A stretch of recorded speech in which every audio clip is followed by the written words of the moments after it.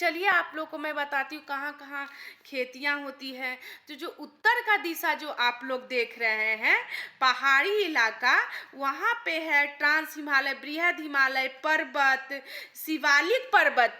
यही ये घिर कर ऐसे हो गया तो उसको ट्रांस हिमालय को उसको हिमालय बोलने लगे, जिसको हिमालय बोलते हैं पहाड़। और बीच का जो इलाका है मैदानी क्षेत्र, जहाँ खेती के लिए यूपी बिहार में होता है मैदानी, और यहाँ पूरब का बताती हूँ पश्चिम। और ये जो एरिया है, ये जो आपको एरिया तटीय मैदान है, तटीय जिसको जलोढ़ मिट्टी जो समुद्र के तट पर है, तटीय मैदान कोस्टल समुद्री भी उसको कहते हैं। हिमालय पहाड़ पहले वहाँ सागर था, वहाँ पहले सागर था, तेथी सागर था। भू अपना स्थान जैसे भूस्खलन वगैरह आता है ना, तो स्थान बदल गया भूस्खलन के कारण, वो टेढ़ी हो गई। ऐसे बहुत सारी नदियाँ आएंगी तो ऐसे हो गई वो वहाँ पे, तो भूस्खलन के कारण। तो हिमालय पर्वत से नदियाँ निकलती है, जिसको फोल्डेड माउंटेन ऐसे मुड़ गई, ऐसे मुड़ गई, ऐसे फोल्डेड माउंटेन। जब हम ऊंचाई पर जाते हैं तो टेम्परेचर गिरने लगता है और बर्फ बनने लगता है, और बर्फ बनने के कारण पहाड़ पर बर्फ बनता है। दक्षिण भारत की चट्टानें कठोर हैं, बहुत कठोर हैं, जिसकी नदियां बहते बहते सारी नदियां पूर्व में बहती है, और पूर्व में बहने के बाद भाबर प्रदेश होता है। उसके बाद बीच में वो बनाती है पानी, पत्थर के नीचे से आती है तराई क्षेत्र से, फिर वहाँ से निकलते कतलते एक तरह से निकल जाती खादर प्रदेश, एक तरह से निकल जाती बांगर प्रदेश। नई मिट्टी, पुरानी मिट्टी, बांगर प्रदेश। नदियों को एनर्जी दल से मिलती है। खादर खेती के लिए अच्छा है। यह सब मैदाने हैं, जल द्वारा मिट्टी लाई गई, जल मिट्टी को ओढ़ा दिया जाता है खादर प्रदेश में।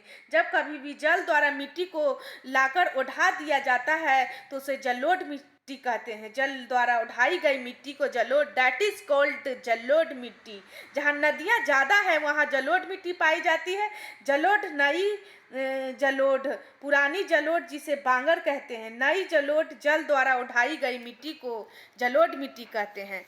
ठीक है गाइस। और बीच में अपना भोपाल है, नीचे श्रीलंका है। तो यही सारी बातें हैं।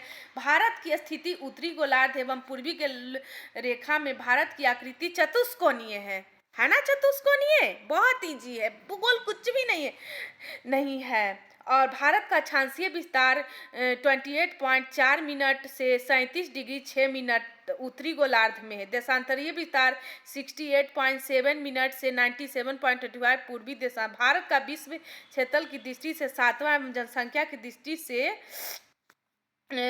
पॉपुलेशन 2 और एरिया 7 है। भारत का कुल क्षेत्रफल 32,87,263 वर्ग किलोमीटर है।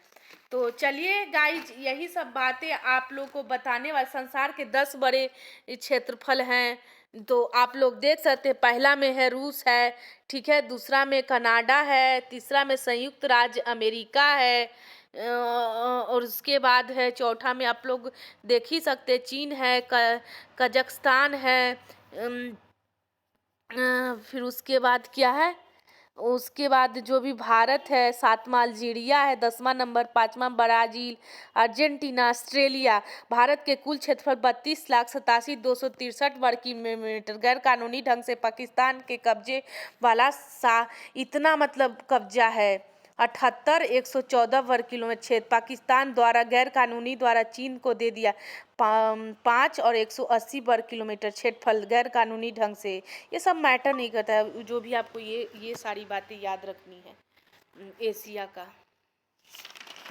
और ये अपना भारत एवं कर्क रेखा जो 8 राज्यों से होकर गुजरती है, ये है।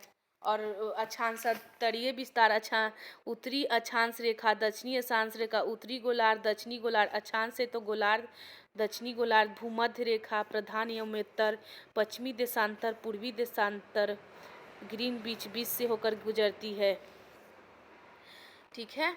भूपृष्ठ विस्फीति इक्वेटर से उत्तर से दक्षिण दिशा में स्थित किसी बिंदु केंद्र से मापी गई कोणीय दूरी।